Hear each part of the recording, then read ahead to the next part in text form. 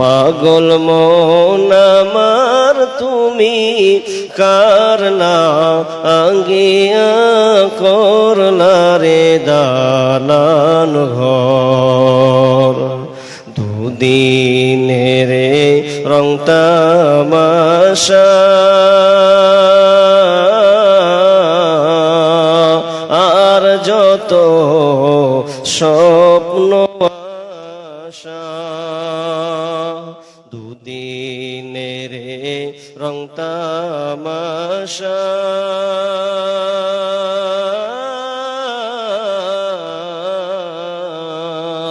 আর যত স্বপ্ন আশা সব আয়োজন বৃথা যাবে সব আয়োজন বৃথা যাবে শেষ ঠিকানা মাটির ঘর তুমি কারলা আগিয়া করলা রে সুখের ঘর পাগল মন আমার তুমি কারলা আগিয়া করলা রে বাড়ি ঘর ভাই বলো বন্ধুরে বলো নয়তো তোমার আপন কেহ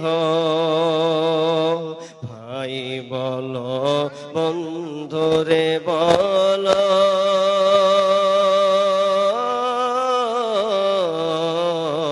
নয়তো তোমার আপন কেহ দু চার দিন কেঁদে কেহ দু চার দিন কেঁদে কেহ রাখবে না যে খোঁজ খবর তুমি কারলা আঙ্গিয়া করলা রে সুখের ঘর পাগল মন আমার তুমি কারলা আঙ্গিয়া করলা রে দালান ঘর উপর তলায় বাতি জ্বলে উপর তলায় বাতি জ্বলে নিস্তলাতে অন্ধকার তুমি কারলা আগিয়া করলা রে সুখের ঘর পাগল মন আমার তুমি কারলা আগিয়া করলা রে দালান ঘর ক্ষমতার গাড়ি বাড়ি পদ পদবের বাহাদুরি টাকা পয়সা গাড়ি বাড়ি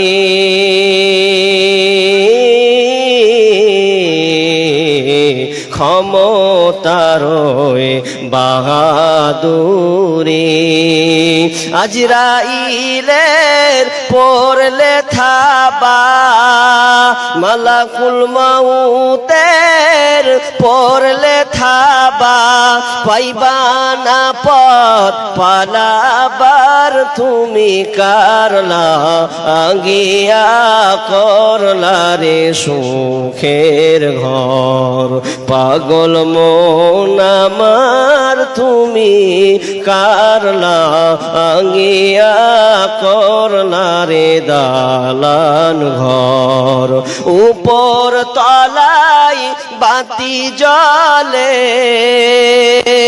উপর তলায়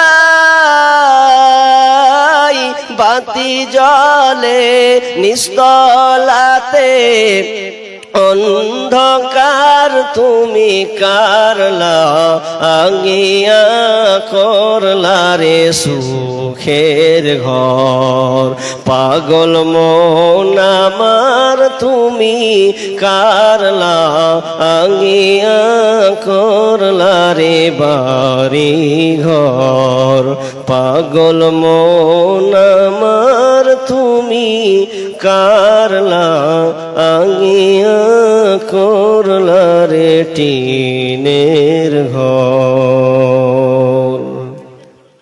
উপস্থিত সম্মানীয় সুযোগ্য আজকের জলসার সুনামধন্য সভাপতি, মঞ্চে উপবিষ্ট আকাশ সাদিস আলেম উলামাবৃন্দ, আমার সম্মুখে বসে থাকা বিভিন্ন এলাকা থেকে ছুটে আসা দিনদার ইমানদার মুমিন ভাই সকল ও পর্দার অন্তরালীর প্রজেক্টের মাধ্যমে দেখনেওয়ালি সম্মানিতা মা ও বোনেরা, প্রথমে সেই মহান মুনিবের দরবারে প্রশংসা করি যে আল্লাহ আমাদেরকে একটি কবরস্থান জলসার উন্নতি কল্পে কিছু কোরআন ও হাদিসের আলোচনা শোনার ও আমল করার উদ্দেশ্য করেছেন। সে আল্লাহ সুবহানাহু ওয়া তাআলার শুকরিয়া আদায় করি, বলি আলহামদুলিল্লাহ। অতঃপর শান্তি বর্ষিত হোক সকল নবীদের উপর, বিশেষ করে আমাদের শেষ নবী জনাবে মুহাম্মদুর রাসূলুল্লাহ, সকলে বলি সাল্লাল্লাহু আলাইহি ওয়াসাল্লাম। সম্মানিত উপস্থিতি, আপনারা অনেকক্ষণ ধরে বসে আছেন। এই বসে থাকার কারণে কিছু কিছু মানুষ উঠে চলে গেছে, জায়গাগুলো কিছু ফাঁকা আছে। আমি অনুরোধ করব যারা পেছনে বসে আছেন, আল্লাহর হস্তে যদি সামনের জায়গাগুলোকে একটু পূরণ করতেন, তাহলে আমার আলোচনা করাটা, বুঝানোটা খুব সহজ হবে। বিধায় আপনারা যারা পেছনে বসে আছেন, আল্লাহর হস্তে আপনাদেরকে আমি একটু অনুরোধ করে বলি, যদি সামনের জায়গা ফাঁকা আছে, আর অনেক জায়গা ফাঁকাও আছে, বিধায় আমি আপনাদের ভাই বলছি, বাপজি বলছি, বন্ধু বলছি, যারা পেছনে বসে আছেন, আল্লাহর হস্তে একটু কষ্ট করে আগিয়ে আসুন। আপনি যে জায়গায় বসেছেন ওটাও কিয়ামতের মাঠে সাক্ষী দেবে, প্লাস জায়গা যদি চেঞ্জ করেন তাহলে দুইটি জায়গা আপনার পক্ষে সাক্ষী দেবে যে আপনি ওই চিমনিটলার কোন একটা এলাকাতে কয়েক জায়গায় বসেছেন। সব জায়গায় সেদিন কিয়ামতের মাঠে সাক্ষী দিবে, আপনার সঙ্গী হবে। আল্লাহর রাস্তাটা পারবেন না? যারা লম্বা করে পেছনে বসে আছেন তাদের আমি অনুরোধ করছি, ভাই আপনারা একটু আগান। পেছন কটা লাইনকে অনুরোধ করছি, আমি আপনাদের চিনি না, নামও জানি না যে আপনাদের নাম এলান করব। বিধায় যারা পেছনে আছেন, যে হোক না কেন, ছোট বড়, সকলকে বলছি আপনারা গোছালো ভাবে বসুন। ঠান্ডার মৌসুম, গোছিয়ে বসবেন, ঠান্ডা কম লাগবে, ভালো লাগবে। আপনারা এই কটা লোক বুঝেননি নাকি? দু সাইড দু লোক, ওই যে ওই পেছন দিকে, তারপরে ওখানে চারটা ছেলে, ওই নওজোয়ান ছেলে বসে আছে। একটু আগিয়ে যান, সবাই আগেও আপনারা কেন বসবেন ভাই? আমি আলোচনা শুরু করছি, ইনশাআল্লাহ আপনারা আগিয়ে বসুন, তাহলে দেখতে ভালো লাগবে। মাশাআল্লাহ, জাযাকাল্লাহু খাইরান জাযা।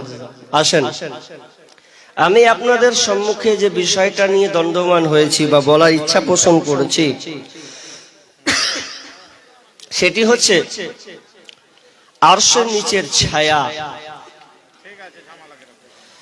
আরশের নিচের ছায়া, এক কথায় যদি বলা যায় আল্লাহর রহমতের ছায়া। যেই দিন পৃথিবীটা লন্ডভন্ড হয়ে যাবে, চুরমার হয়ে যাবে, কুল্লু আলাইহা ফান ওয়া ইয়াবকা ওয়াজহু রাব্বিকা যুল জালালি ওয়াল ইকরাম।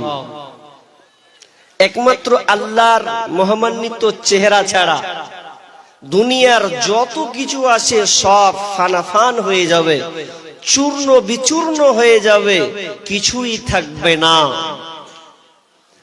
এ ব্যাপারে আল্লাহ কি বলছেন, আগে কোরআনের আয়াতটা তরজমা করব, তারপরে আপনাদের যে ইম্পর্টেন্ট বিষয় ওটা আমি আপনাদের সামনে আলোচনা করছি। বিসমিল্লাহির রহমানির রহিম। ونفخ في الصور فصيق من في السماوات ومن في الأرض إلا من شاء الله ثم نفخ فيه أخرى فإذا هم قيام ينظرون। ইসরাফিলের মাধ্যমে যখন আল্লাহ সুবহানাহু ওয়া তাআলা পৃথিবীটাকে লন্ডভন্ড করবেন, ওয়ানুফিকা ফিস সূরি ফাসাইকা মান ফিস সামাওয়াতি ওয়া মান ফিল আরদ, আসমান এবং জমিনে যত কিছু আছে রে সব ধ্বংস হয়ে যাবে, বেহুশ হয়ে যাবে। একটা কেউ জীবিত থাকবে না, একটা কেউ হুঁশের মধ্যে থাকবে না। তো কখন? যখন আল্লাহ সুবহানাহু ওয়া তাআলা ইসরাফিলকে বলবেন, ইসরাফিল রে তুমি সুরটাকে ফুঁকে দাও। ইসরাফিল যেদিন থেকে আল্লাহ তাকে দায়িত্ব অর্পণ করা হয়েছে, দায়িত্বর দায়ভার যখন যেদিন থেকে দেওয়া হয়েছে, সেদিন থেকে যেন ফান আবু সাহিবুস সুরি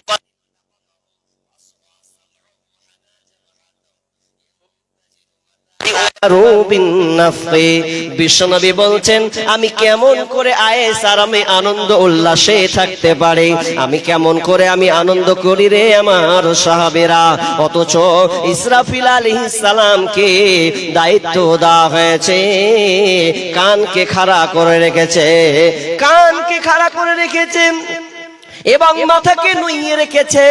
এই প্রতীক্ষমান অবস্থায় রয়েছেন, কখন জানি আল্লাহ আমাকে এই অর্ডারটা দিয়ে দেবেন। তাহলে ইসরাফিলের মাধ্যমে সারা পৃথিবী তোড়ফোড় হয়ে যাবে, বেহুশ হয়ে যাবে। তবে ইল্লা মান শাআল্লাহ, তবে আল্লাহ যাকে চাইবেন সে ছাড়া।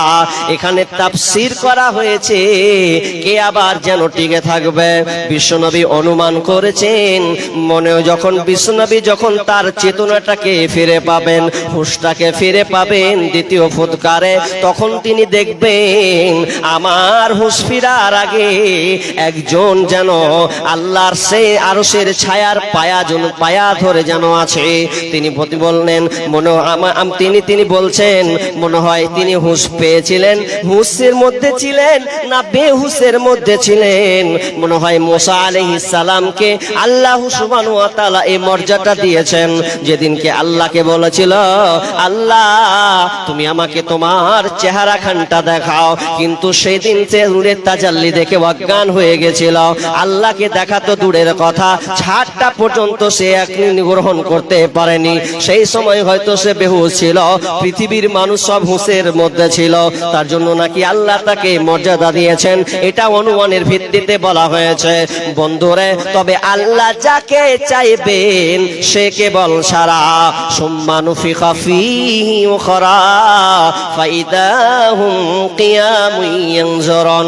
আরেকটা যখন সুর ফুঁকা হবে, সুর ফুঁকে দিতে দিতে আবার মানুষ যেন কবর থেকে যেন উঠতে থাকবে।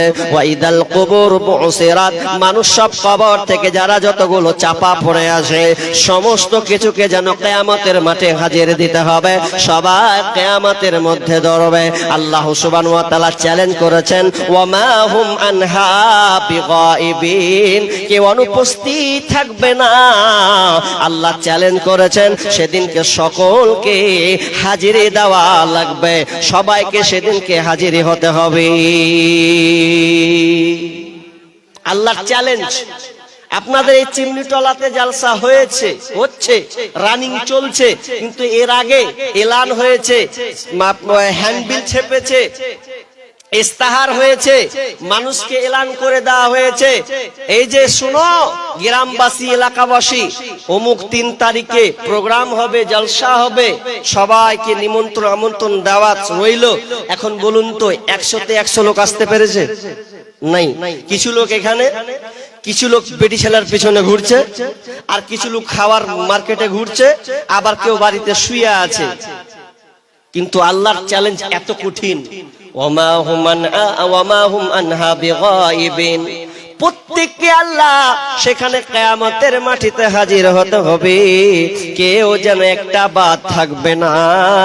তার মানে বুঝতে পারলাম পৃথিবী প্রথম ফুৎকারে ধ্বংস হবে, আবার দ্বিতীয় ফুৎকারে সবাই বিচারের মাঠে দাঁড়াবে।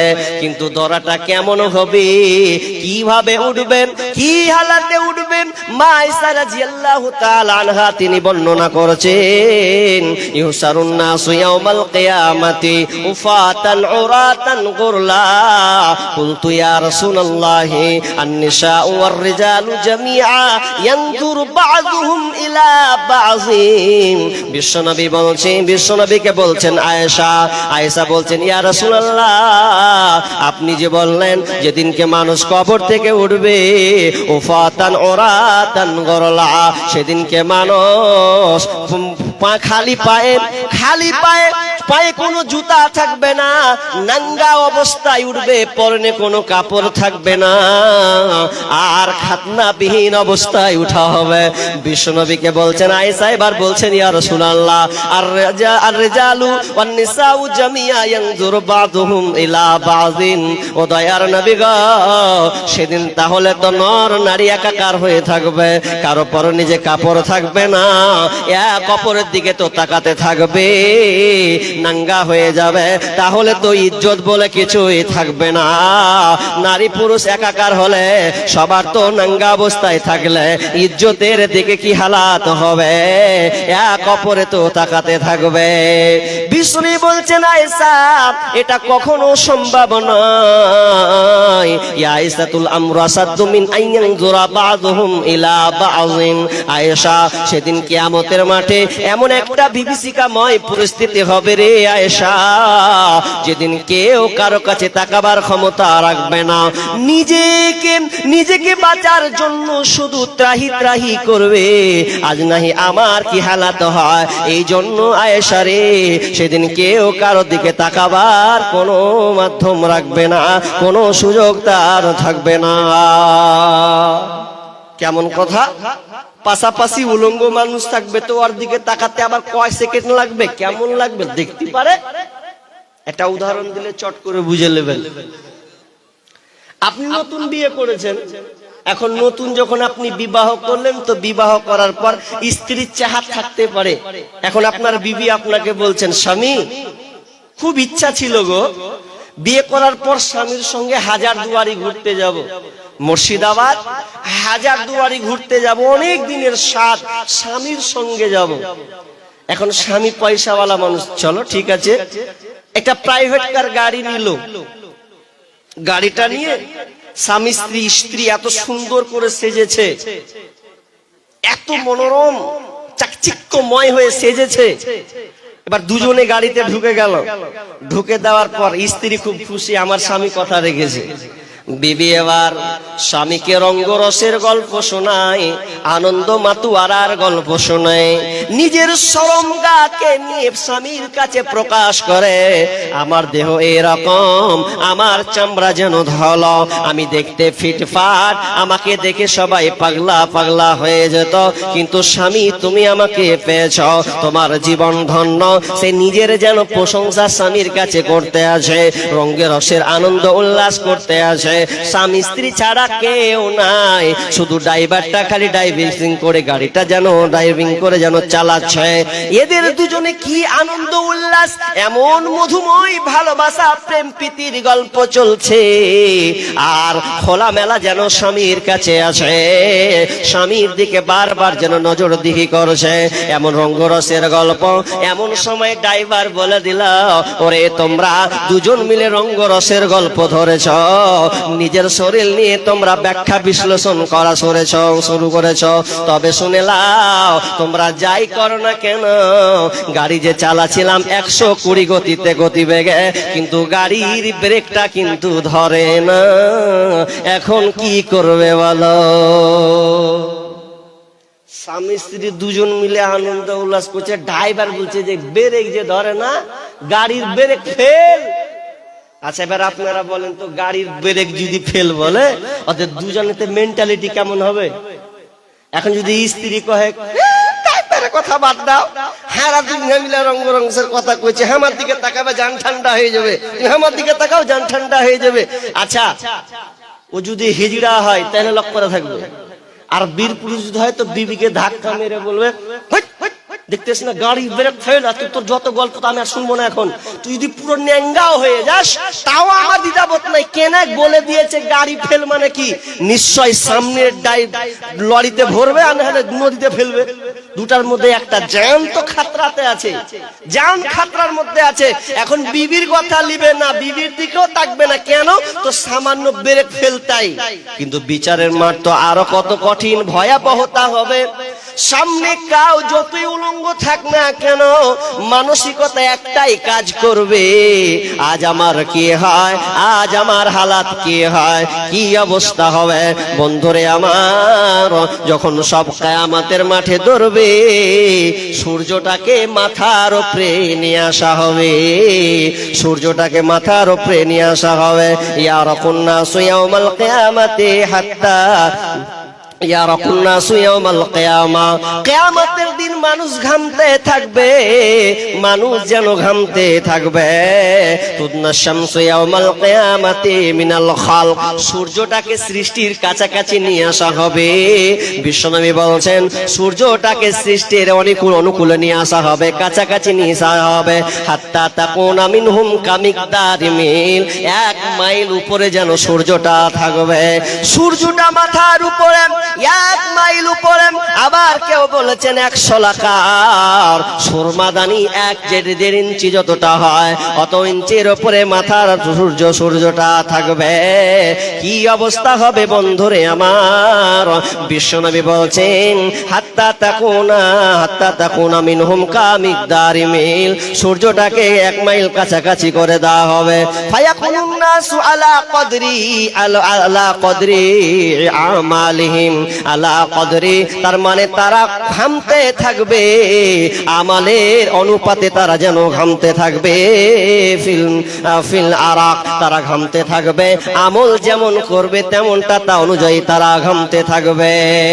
ওয়া মিনহুম মাইয়াকুনু ইলা কাবাইহিম, কারো কারো ঘাম হবে টাকনুর পর্যন্ত, কারো কারো ঘাম হবে হাঁটু পর্যন্ত, কারো কারো ঘাম হবে কোমর পর্যন্ত, কারো কারো ঘাম হবে কাঁধ পর্যন্ত। মানুষ এতটা ঘামবে, একবার কি ভেবে দেখেছেন? বিশ্বনবী বললেন মাথাটাকে সূর্যের উপরে নিয়ে আসা হবে। আপনার কি ধারণা আছে? আপনি একবার দুনিয়াতে বসবাস করছেন, একবার তো ভেবে দেখুন সূর্যটা কতটা উপরে আছে। বিজ্ঞানীরা বলছেন পৃথিবী থেকে সূর্যটা আছে 9 কোটি 30 লক্ষ মাইল। 9 কোটি 30 লক্ষ মাইল দূর থেকে সূর্যের আমরা আলো পাই। সূর্য আলো আমাকে দুনিয়াতে আলো দেয়, এর আলোর বিনিময়ে আমরা রোদ্রে যেন থাকতে পারি না, ছটফট যেন শুরু হয়ে যায়। তীব্র গরমের সময় কেউ যেন আমরা ঘরে থাকতে পারি না। যার টাকা আছে সে এসি ব্যবহার করে, এসি ব্যবহার করে ঠান্ডা নিবারণ করে, সূর্য চাপ থেকে বাঁচার চেষ্টা করে। যারা আমরা মধ্যবিত্ত পরিবার রয়েছে, ফ্যান চালায়, ফ্যান বন্ধ, লাইন পালিয়ে গেলে জেনারেটর ব্যবহার করি, ইনভার্টার ব্যবহার করি। কেন? গরম সহ্য হয় না এর ফলে। বন্ধুরে আমার, একবার ভাবেন তো, দিনে যখন সূর্য ওঠে মাগরিবে পশ্চিম দিকে, যখন পশ্চিম দিকে অস্তমিত চলে যায়, রাত হয়ে গেল যেন গরমে থাকা যায় না। কিন্তু সূর্য তো নাই, ডুবে গেছে, এরপরে যেন থাকতে পারছি না। গাছের তলায় আরাম নেই, বাতাস করে হাওয়া খায়। হাত আপনার পরনে গামছা থাকলে গামছাটাকে মুছেন, বার যেন মুছেন। সামান্য ইউনিট 47 ইউনিট ব্যথা, 47, 48, 49 এত তাপমাত্রা, সেলসিয়াস তাপমাত্রা আমরা সহ্য করতে পারি না। অথচ বিজ্ঞানীরা বলছেন সূর্যের তাপমাত্রা 1,40,00,000 ডিগ্রি সেলসিয়াস। 1,40,00,000 সূর্যের তাপমাত্রা। আলো থেকে এলো 9,30,00,000 মাইল নিচে আমরা পাই, আর 1,40,00,000 ডিগ্রি সেলসিয়াস তাপমাত্রা।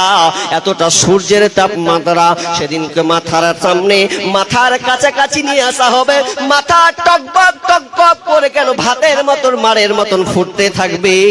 মগজগুলো যেন ঝরে ঝরে ঝলঝল ঝলঝল করে পড়বে, আর মানুষ যেন সেদিনকে ঘামতে থাকবে, কোনো কারো উপায় থাকবে না। কার প্রেমেতে ভুলে রইলি আল্লাহর ইনসান, না মানলি ফরমান রে তুই, না মানলি কোরআন। নাম নিশানাম নাহি ছিল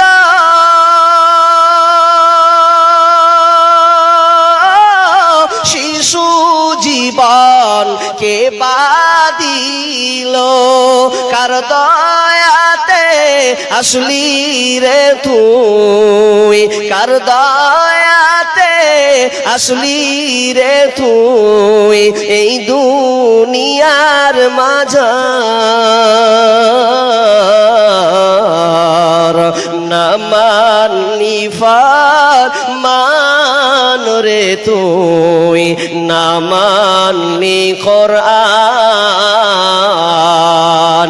শিশু ছিলি জুয়ান হইলি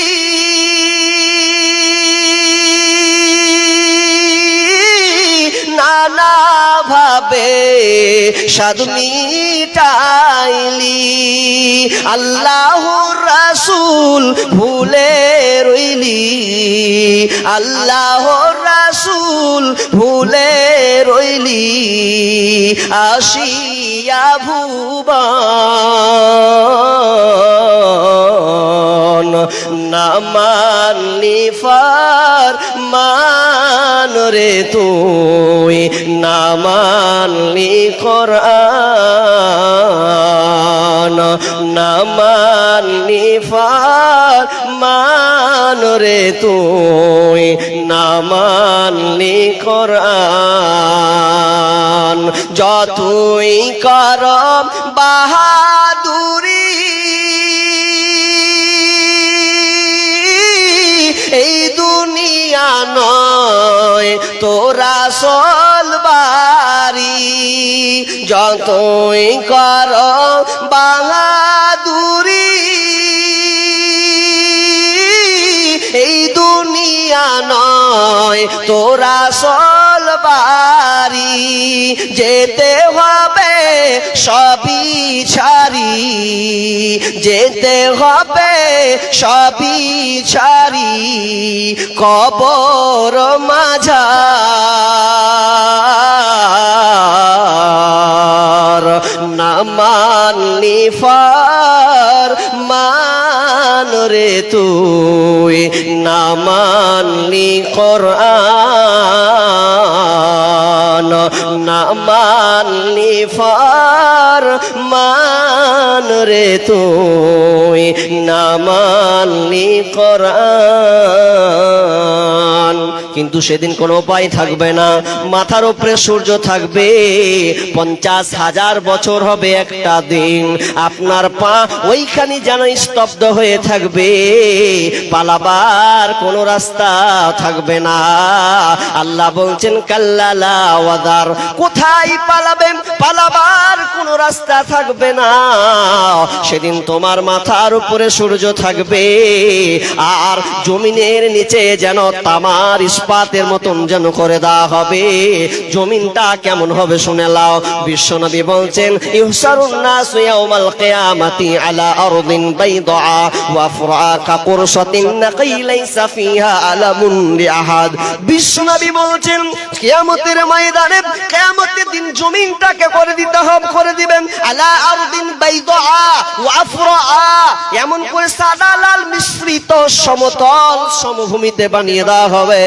সমতল এক সমান তল সমান সমতল ভূমি বানিয়ে দেওয়া হবে, উঁচু নিচু বলে কোনো জায়গা থাকবে না, গাছপালা নদ নদী খাল বিল কিছুই থাকবে না। কাপড় সতিন নাকে সব সাদা আটা রুটির মতন খোলা, যেমন আমার মা বোনেরা রুটি পাকাই খোলান, খোলা খোলাতে খোলাটা যেমন চিকন হয়ে থাকে, ওই রকমই আল্লাহ জমিনটাকে বানিয়ে দেবেন। এবং কেউ কারো বিশেষ কোনো পরিচিতি সেদিনকে থাকবে না।